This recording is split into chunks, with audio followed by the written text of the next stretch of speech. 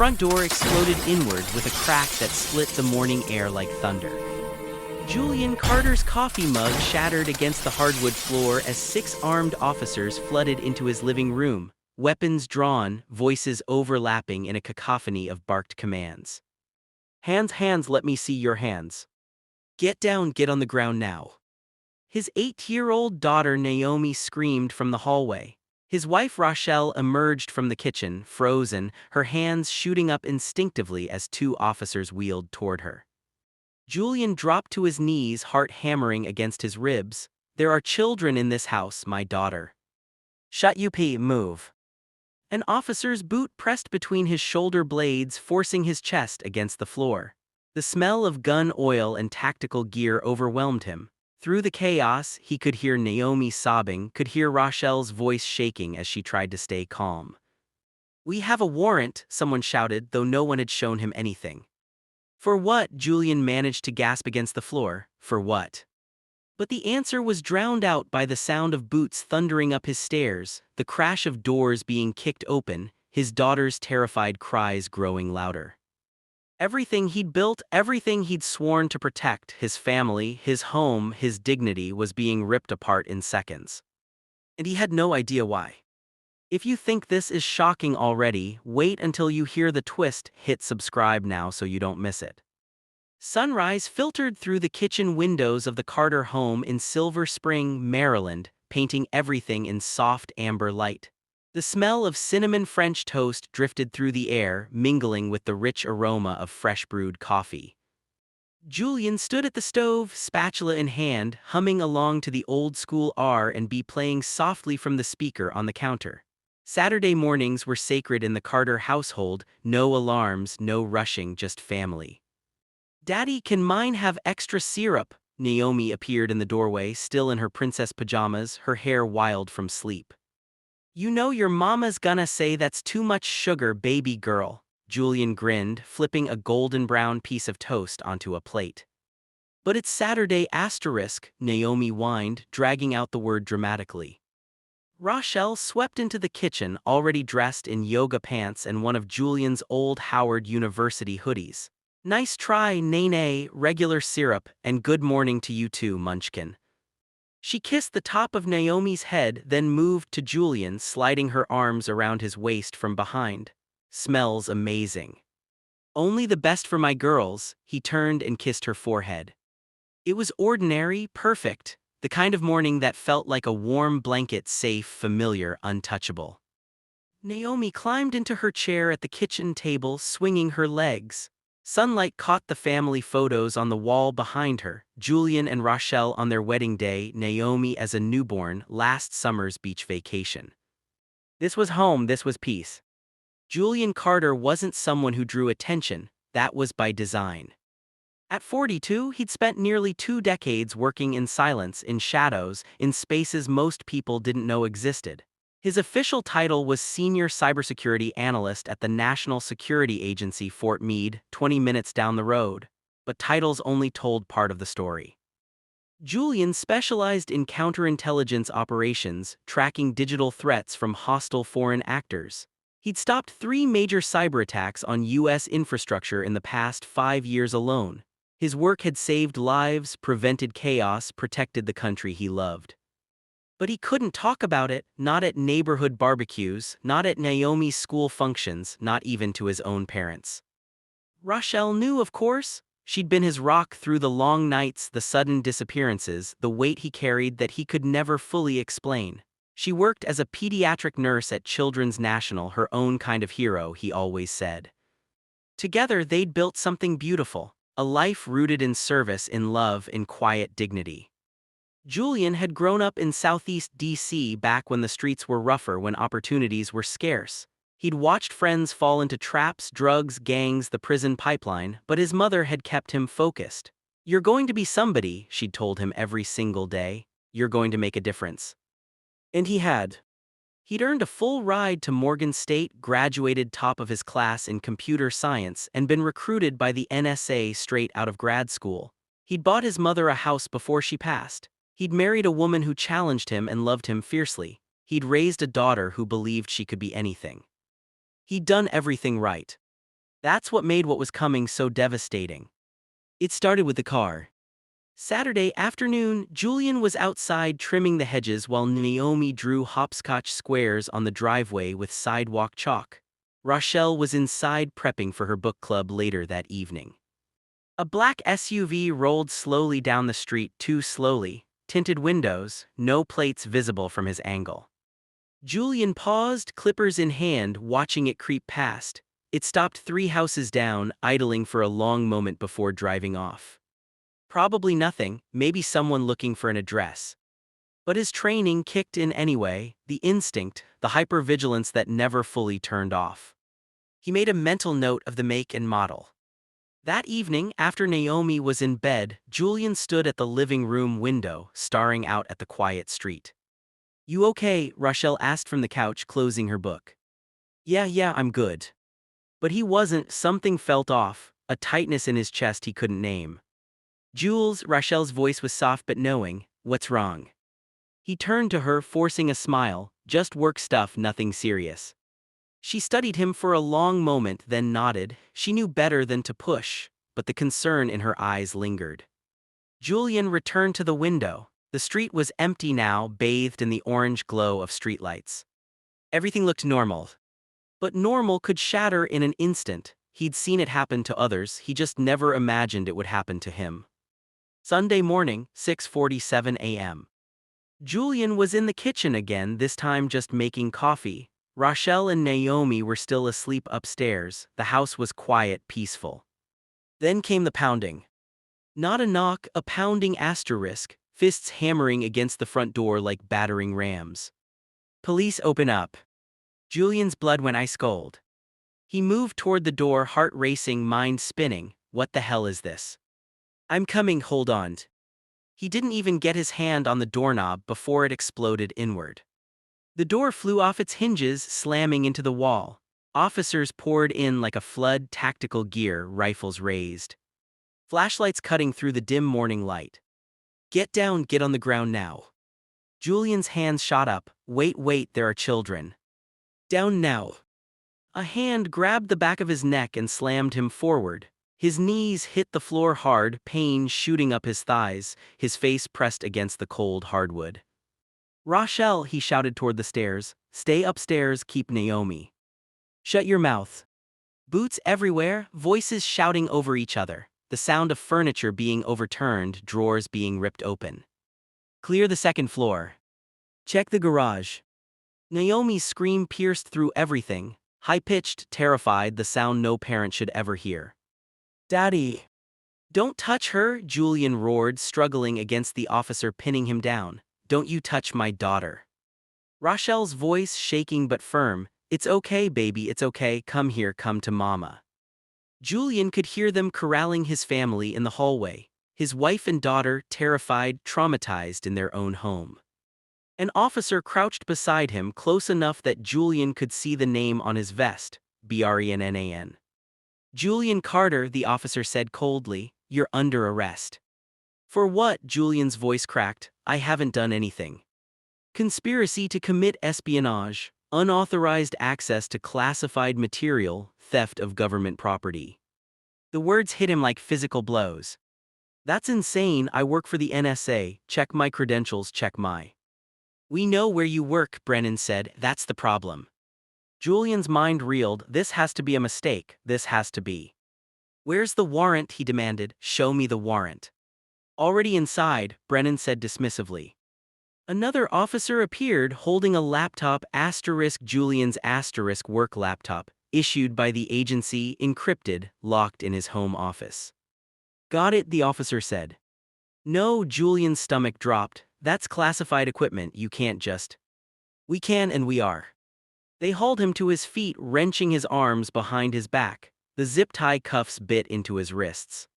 He could see Rochelle now, standing at the base of the stairs with Naomi clutched against her chest. His daughter's face was buried in her mother's shoulder, her small body shaking with sobs. Rochelle's eyes met his, wide, terrified, searching his face for answers he didn't have. "Baby, it's a mistake," Julian said, his voice breaking. "I promise you it's a mistake, I didn't." "Let's go," Brennan barked, shoving him toward the door. Rochelle, call Mitchell Hayes, he's NSA legal counsel, tell him. But he was already being dragged outside into the blinding morning sun. Neighbors were emerging from their homes watching, phones out, recording. Julian Carter, devoted husband, loving father, decorated intelligence analyst, was being perp-walked from his own home in zip-tie cuffs while his daughter screamed for him inside. If this part has you on edge, hit the like button right now. It lets us know you want more stories like this. They threw him into the back of an unmarked sedan, the door slammed shut. Through the window, Julian watched his house, his sanctuary swarming with officers, watched his wife standing in the doorway holding their child helpless. And then, in the corner of his vision, he saw it. The black SUV from yesterday parked across the street, engine running. A figure sat in the driver's seat, watching. Julian's breath caught. This wasn't random. This was planned. The sedan pulled away, and his home disappeared behind him. But the worst part, the part that made his blood run cold, was the question hammering in his skull. Who set me up? And why? The interrogation room was freezing. Julian sat alone at a metal table, still in zip-tie cuffs, the fluorescent lights above him buzzing like angry wasps. He'd been here for 3 hours. No water, no phone call, no explanation beyond the charges they'd screamed at him in his own living room. The door finally opened. 2 men entered. The first was tall, mid-50s, with silver hair and a suit too expensive for local police. The second was younger, carrying a thick manila folder. Mr. Carter, the older man said, not sitting. I'm Special Agent Vincent Aldridge, FBI. This is Agent Quame Torres. We need to talk about your extracurricular activities. Julian's jaw tightened. I want a lawyer, and I want to know why the hell you raided my home in front of my 8-year-old daughter without showing a warrant. The warrant was executed properly, Aldridge said coolly. And you'll get your lawyer, but right now we're more interested in what you've been doing with NSA intel over the past 6 months. I haven't been doing anything asterisk, Julian said, his voice sharp. Everything I access is logged, monitored, and authorized. You know that. The agency knows that. Torres dropped the folder on the table. It landed with a heavy thud. Then explain these. He pulled out a series of printed documents, screenshots, server logs, access records. Julian leaned forward, scanning them. His stomach dropped. The logs showed his credentials being used to access highly classified files he'd never touched, databases he didn't even have clearance for, communications intercepts, foreign intelligence reports, some dated back months. I didn't access any of this, Julian said, his voice rising. This isn't me. It's your login, Torres said flatly, your password, your authentication token. Then someone cloned my credentials. Julian's mind was racing now, clicking through possibilities. This is a spoof, someone inside the agency. Or someone who was inside the agency decided to make some money, Aldridge interrupted, selling secrets to foreign buyers, and you got sloppy. Julian's hands curled into fists against the table.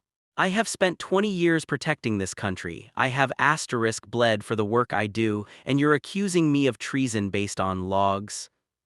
Based on evidence, Aldridge corrected. We've been tracking a leak for 8 months, classified intel ending up in the hands of foreign operatives, and every trail leads back to you.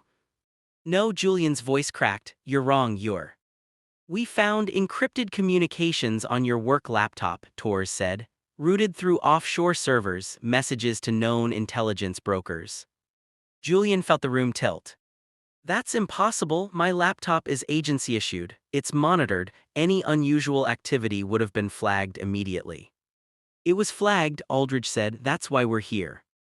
Julian's breath came fast and shallow. His mind scrambled for traction, for logic, for anything that made sense. And then it hit him. When was the last access? He asked suddenly. Torres frowned. What? The logs. When was the last time my credentials were used to access those files? Torres flipped through the pages. 2 days ago, Friday night, 11:43 p.m. Julian's heart hammered. I was at Naomi's school event Friday night, a father-daughter science fair. I was there from 6 p.m. until almost midnight. There are teachers, parents, asterisk security footage, check it. The two agents exchanged a glance. In the access before that, Julian pressed. Thursday afternoon, 2:17 p.m. I was in a classified briefing with my entire team, inside a SCIF. No devices allowed, no outside access. My supervisor can confirm it, Director Langston can confirm it. Aldridge's expression didn't change, but something flickered behind his eyes. You're saying someone else is using your credentials, he said slowly. I'm saying someone asterisk inside the NSA is using my credentials to cover their own tracks, Julian said, his voice steady now, controlled. And they set me up to take the fall. Torres leaned back, arms crossed. That's a hell of a claim.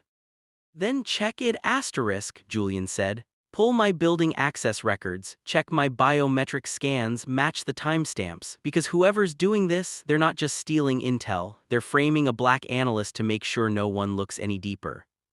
The room went silent. Aldridge stared at Julian for a long moment. Then he pulled out his phone and stepped into the corner, speaking in low tones. Torres stayed at the table, watching Julian with new eyes. 4 hours later, Julian was moved to a federal holding facility. No charges filed yet, but no release either. Rochelle was finally allowed to see him, escorted by a federal agent through a maze of secured corridors. When she entered the visitation room, her eyes were red-rimmed, her face drawn. Julian stood immediately. Baby. They won't tell me anything, Rochelle said, her voice shaking. They took your laptop, your files, everything. Naomi won't stop crying. She thinks they're going to take you away forever. They're not, Julian said firmly, even though he wasn't sure. This is a setup. Someone inside the agency is using me as a scapegoat. For what? I don't know yet, but I'm going to find out. Rochelle reached across the table and gripped his hands. Mitchell Hayes called me back. He's bringing in a lawyer, someone who specializes in national security cases. Her name's Ava Drummond. Julian nodded. The name was familiar. Drummond had represented whistleblowers taken on the intelligence community before. If anyone could navigate this nightmare, it was her. Good, he said, that's good. Jules, Rochelle's voice dropped. What if they don't believe you, what if? They will, he said, squeezing her hands. Because I didn't do this, and the truth always comes out. He wished he believed that as much as he sounded like he did. Outside, in an NSA conference room at Fort Meade, a different conversation was happening.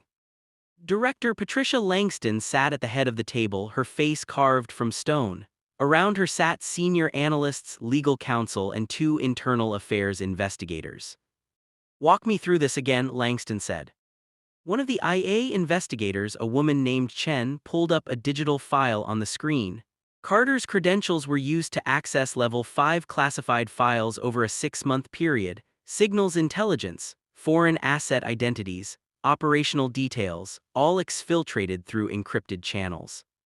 And we're certain it was him, Langston asked. The authentication logs are conclusive, Chen said. But what? Chen hesitated. There are discrepancies. Carter's building access records don't match several of the digital access timestamps. On 3 occasions, his credentials were used to access files while he was physically logged into a different system in a different part of the building. Langston leaned forward. How is that possible? Someone cloned his credentials, said Mitchell Hayes, NSA legal counsel from the far end of the table. It's the only explanation. Or Carter had help, another analyst suggested.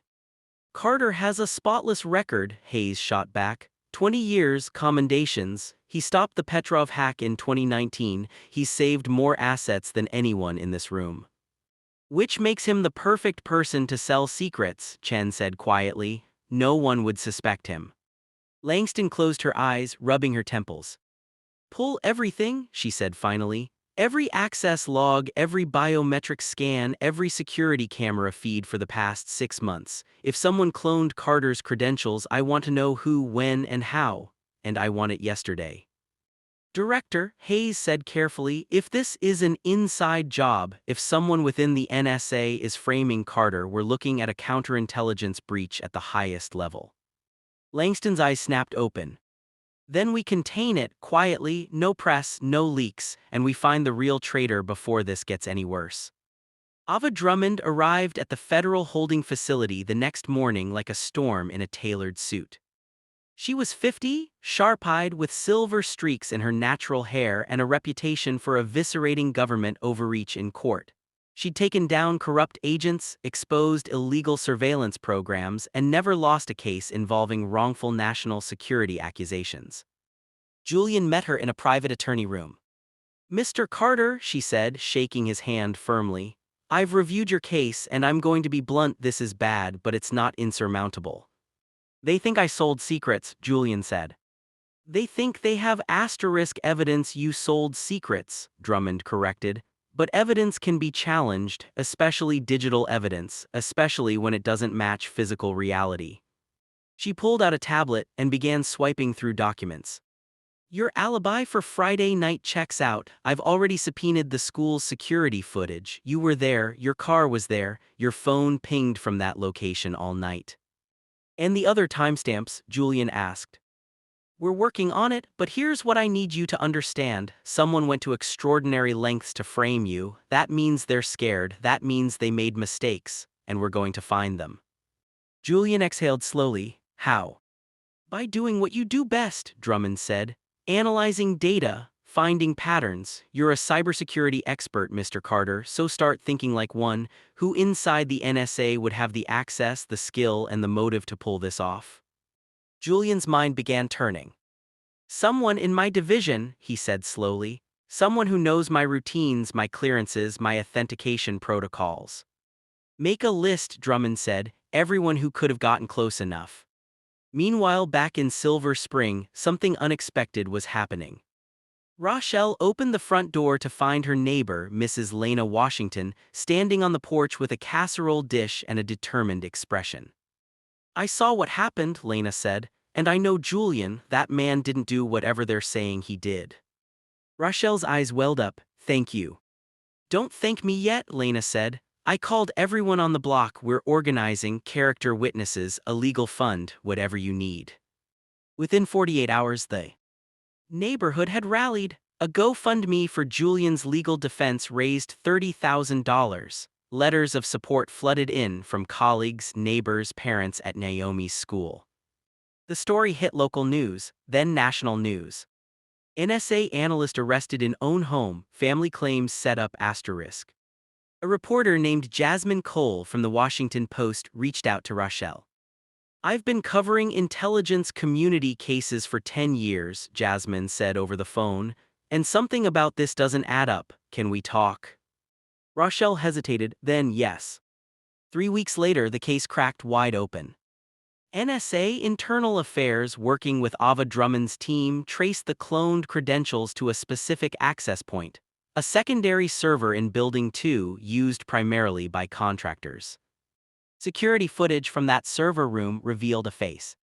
Senior analyst Brandon Killian. 15-year NSA veteran, unremarkable record, quiet, efficient, and deeply in debt. Investigators found encrypted communications on Killian's personal devices, the asterisk real communications with foreign brokers, messages discussing payment drops, intel packages, dead drops. Killian had cloned Julian's credentials using a sophisticated spearphishing attack 6 months earlier. He'd routed everything through Julian's digital identity, knowing that if the leak was ever discovered, Julian would be the obvious suspect. A black analyst with access, easy to villainize, easy to sacrifice. When FBI agents arrested Killian at his home in Arlington, he didn't resist. He confessed within hours. Julian was released immediately, all charges dropped, a formal apology issued by the FBI and NSA. But the damage was done. The raid, the arrest, the trauma Naomi carried, the suspicion that would follow Julian's name in whispers in search results in the backs of people's minds. He stood on the steps of the federal courthouse with Rochelle and Ava Drummond, facing a wall of cameras and reporters. "I want to be clear," Julian said, his voice steady.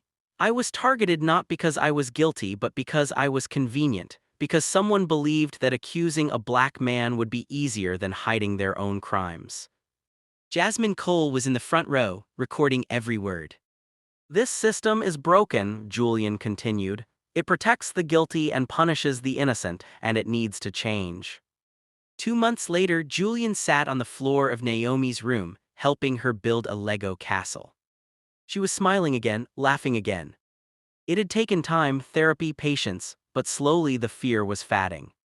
"Daddy," Naomi said quietly. "Yeah, baby." "Are the bad guys gone?" Julian paused, setting down a Lego brick. "The bad guys are gone," he said, "and they can't hurt us anymore." Naomi nodded, satisfied, and went back to building. Rochelle appeared in the doorway, leaning against the frame, watching them. Julian looked up at her. She smiled, tired but real. They'd survived. Not unscathed, but together. The NSA implemented new security protocols, independent oversight of credential access, mandatory audits. Killian was sentenced to 20 years in federal prison. Director Langston personally called Julian to apologize. He didn't go back to the NSA. Instead, he started consulting, helping other intelligence professionals navigate wrongful accusations, digital forensics, and institutional betrayal. Because if it could happen to him, it could happen to anyone.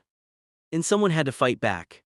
If stories like this matter to you, stories about real injustice, resilience, and the fight for truth, subscribe for more, because these aren't just stories, they're warnings, and they're happening every day.